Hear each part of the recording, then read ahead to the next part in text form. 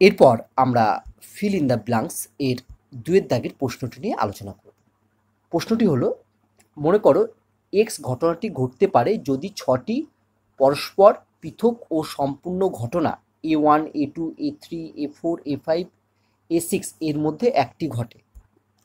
যদি P of A1 equal to P of A2 equal to P of A3 equal to P of A4 equal to P of A5 equal to P of A6 equal to 1/6 এবং P of x by A1 equal to 1/5, P of x by A2 equal to 1/10, P of x by A3 equal to 1/10, P of x by A4 equal to 1/10, P of x by A5 equal to 1/10 R P of x by A6 1/5 হয়, তবে P of x এর মান কত হবে সেটা আমাদের নির্ণয় করতে হবে।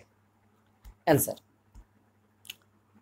আমরা জানি P of x equal to P of A1 into P of x by A1 plus P of A2 into P of x by A2, তারপরে হবে plus P of A3 into P of x by A3।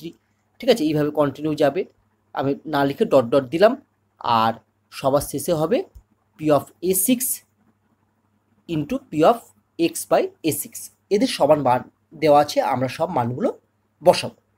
আচ্ছা, এখানে কিন্তু আমি dot dot দিয়েছি, মানে এখানে কে কে আছে দেখো, ডট ডটের মধ্যে কিন্তু আমি দেখো লিখেছি P of A1টা লিখেছি, A2 লিখেছি, ডট ডটের মধ্যে A3, A4, A5 এগুলো কিন্তু আছে, সেগুলো আমরা লিখিনি। ঠিক আছে, কারণ একই জিনিস বারবার লিখতে হবে বলে আমরা লিখিনি, কারণ অঙ্কটাও তাহলে আমাদের সংক্ষেপেই করা হবে। তাই এবার দেখো, আমরা যদি এদের মানগুলো বসাই তাহলে দেখো যে P of A1, P of A2, P of A3, P of A4, P of A5 এবং P of A6 এদের প্রত্যেকটির মান কত? এদের প্রত্যেকটির মান হচ্ছে 1/6।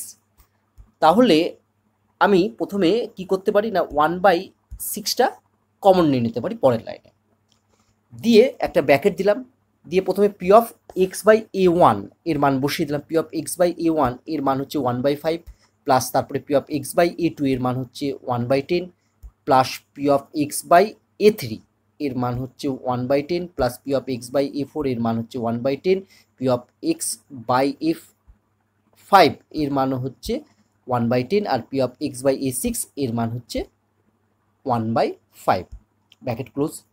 ঠিক আছে, তোমরা মান বসিয়ে তোমাদের মতো ক্যালকুলেশন করতে পারো। এবার দেখো, এই ব্র্যাকেটের মধ্যেকার যে রাশিগুলো আছে তাদের যোগফল নির্ণয় করো। তুমি তোমাদের মতো যোগ করবে। আমি কিভাবে করছি একটু দেখো। যেহেতু আমি দেখতে পাচ্ছি মাঝের 4টে রাশির প্রত্যেকটির নিচে 10 আছে, তাই এই প্রথম যে রাশিটা আছে 1/5, একে আমি লিখতে পারি লব এবং হরকে যদি 2 দিয়ে গুণ করি তাহলে 2/10, আর শেষ রাশিটাকেও আমি লব এবং হরকে 2 দিয়ে গুণ করলে হবে 2/10। তাহলে দেখো এবার 10 লসগু হবে, আর উপরগুলো যোগ করলে দেখবে 2, 3, 4, 5, 6, 7, 8 অর্থাৎ 8/10 আমার কিন্তু হয়ে গেল। ঠিক আছে, চলো আমরা নেক্সট পেজে যাই। তাহলে আমরা লিখবো ইকুয়াল টু 1/6 ইন্টু 8/10।